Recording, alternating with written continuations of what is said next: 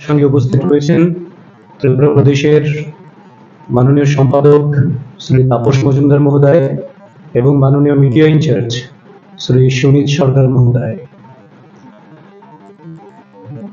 আমরা লক্ষ্য করছি গত কয়েকদিন ধরে সিপিআই তথা বামফ্রন্ট বিভিন্ন জায়গায় মানুষকে বিভ্রান্ত করার জন্য কিছু মন গড়া এবং বিভ্রান্তিমূলক অপপ্রচার নিয়ে ত্রিপুরাকে বদনাম করার, ত্রিপুরার গরিমাকে খাটো করার একটা চক্রান্তে লিপ্ত হয়েছে। এবং আমরা আরো লক্ষ্য করছি গত প্রেস মিটে সিপিআইএম যে সমস্ত বিষয়গুলিকে মানুষের সামনে বিভ্রান্তিমূলক ভাবে অপপ্রচারের জন্য তুলে ধরেছিল, কিছু কিছু জায়গায় ওনার রেপুটেশন প্রদান করেছেন, কিন্তু মানুষকে বিভ্রান্ত করার জন্য একরকম কথা বলেছেন আর ডেপুটেশনে আরেক রকম বিষয় নিয়ে করছেন। এটা স্পষ্টভাবে প্রমাণ করে সম্পূর্ণ ষড়যন্ত্রমূলক একটা আচরণ, রাজ্যে একটা অস্থির পরিস্থিতি তৈরি করা, রাজ্য সরকারের প্রতি সরকারের সদর্থক যে কাজকর্ম রয়েছে, ইতিবাচক যে দৃষ্টিভঙ্গি নিয়ে সকলের উন্নয়নের জন্য সরকার সুনির্দিষ্ট লক্ষ্যমাত্রা নিয়ে সময় নির্ধারিত ভাবে কাজ করে চলেছেন, তাকে হেয় প্রতিপন্ন করার জন্য এই ধরনের নেতিবাচক দৃষ্টিভঙ্গি থেকে সংকীর্ণতাকে পাথেয় করে মিথ্যা চরম বেসাতি করছেন। কোথাও এখনো পর্যন্ত ওনারা দেখাতে পারেননি ত্রিপুরায় কোথাও কাজ নেই, কোথাও খাদ্যের অভাব আছে, অথচ সাংবাদিক সম্মেলন করে প্রতিদিন একবার করে আওড়ে যান ত্রিপুরাতে কাজ নাই, খাদ্য নাই, যেটা ওদের চিরাচরিত স্ক্রিপ্ট, সেই স্ক্রিপ্টের বাইরে এরা বেরিয়ে আসতে পারছেন না। কারণ আমরা আবারও বলি, তারা অন্ধ ধৃতরাষ্ট্র, অন্ধকারে যেমন থাকে সেটাই হচ্ছে সিপিএম, সেটাই হচ্ছে বামফ্রন্ট। কারণ তারা জানেই না রাজ্যবাসী, রাজ্যের যুবক যুবতী, তারা সরকারি কর্মসংস্থানের বাইরে নিজেদের স্বনির্ভর করার জন্য কতটা উদ্যম এবং কতটা দায়িত্বশীলতার সঙ্গে নিজেদেরকে সেই জায়গায় পৌঁছে দিচ্ছেন, এই বিষয়টা সম্পর্কে তারা সম্পূর্ণভাবে অবগত নন এবং তার জন্যই সেটাকে কেন্দ্র করে বিভ্রান্তি তৈরি করে।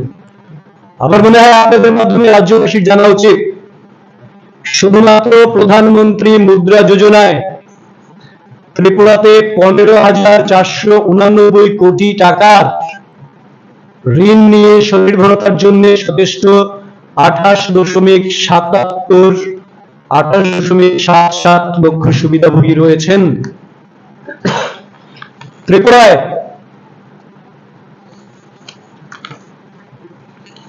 যদি আমরা দেখি প্রধানমন্ত্রীর স্বনিধি যোজনা, কিংবা আমরা যদি দেখি প্রধানমন্ত্রীর স্টার্ট আপ প্রকল্প, সেই সমস্ত প্রকল্পেও কিন্তু ত্রিপুরার মানুষ একেবারে সামনের সারিতে, সারা দেশের প্রেক্ষিতে যদি বলি, সেখানে কিন্তু তারা বিশাল সংখ্যায় সেই জায়গায় নিজেদেরকে আত্মরক্ষা বা নিজেদেরকে প্রতিষ্ঠা করার জন্য কাজ করছেন। স্ট্যান্ড আপ প্রকল্পে ত্রিপুরায় 504টি এন্টারপ্রেনিউরস রয়েছে, যার মধ্যে 58% মহিলা রয়েছেন এবং সঙ্গে তপশিলি জাতি জনজাতি সমস্ত অংশের মানুষ রয়েছেন। স্বনিধি প্রকল্পে 5,123 জন স্বরোজগারের জন্য উদ্যোগী হচ্ছেন। এটা হচ্ছে সংক্ষিপ্ত দু একটি ডাটা আপনাদের সামনে রাখলাম। কাজে এই যে বলেন কাজ নাই, সেই কাজ নাই আসলে সিপিএম এর বা বামফ্রন্টের কোনো কাজ নেই। সেই জায়গা থেকে, সেই ফ্রাস্ট্রেশন থেকে তারা বলে বেড়াচ্ছেন কমরেডদের তো কোনো কাজ নেই, সেটা সঠিক, কারণ কমরেডরা জনবর্জিত হয়েছেন, মানুষ তাদের গ্রহণ করছেন না, তো তাদের কাজ নেই। এটা কমরেডদের ক্ষেত্রে সঠিক যে ত্রিপুরায় তাদের কোনো কাজ নেই, কারণ ত্রিপুরাবাসী তাদেরকে গণবর্জন করেছে। খাদ্য নেই বলেন কি করে? যেখানে প্রধানমন্ত্রী গরিব কল্যাণ অন্ন যোজনায় প্রায় 25 লক্ষ মানুষ ত্রিপুরায় তার সুফল পাচ্ছেন সেই করোনার কাল থেকে শুরু করে, তারপর বলেন খাদ্য নাই। কিন্তু দাবি সনদ যখন পেশ করেন তখন যেগুলি যে কোনো রাজ্যের ক্ষেত্রে,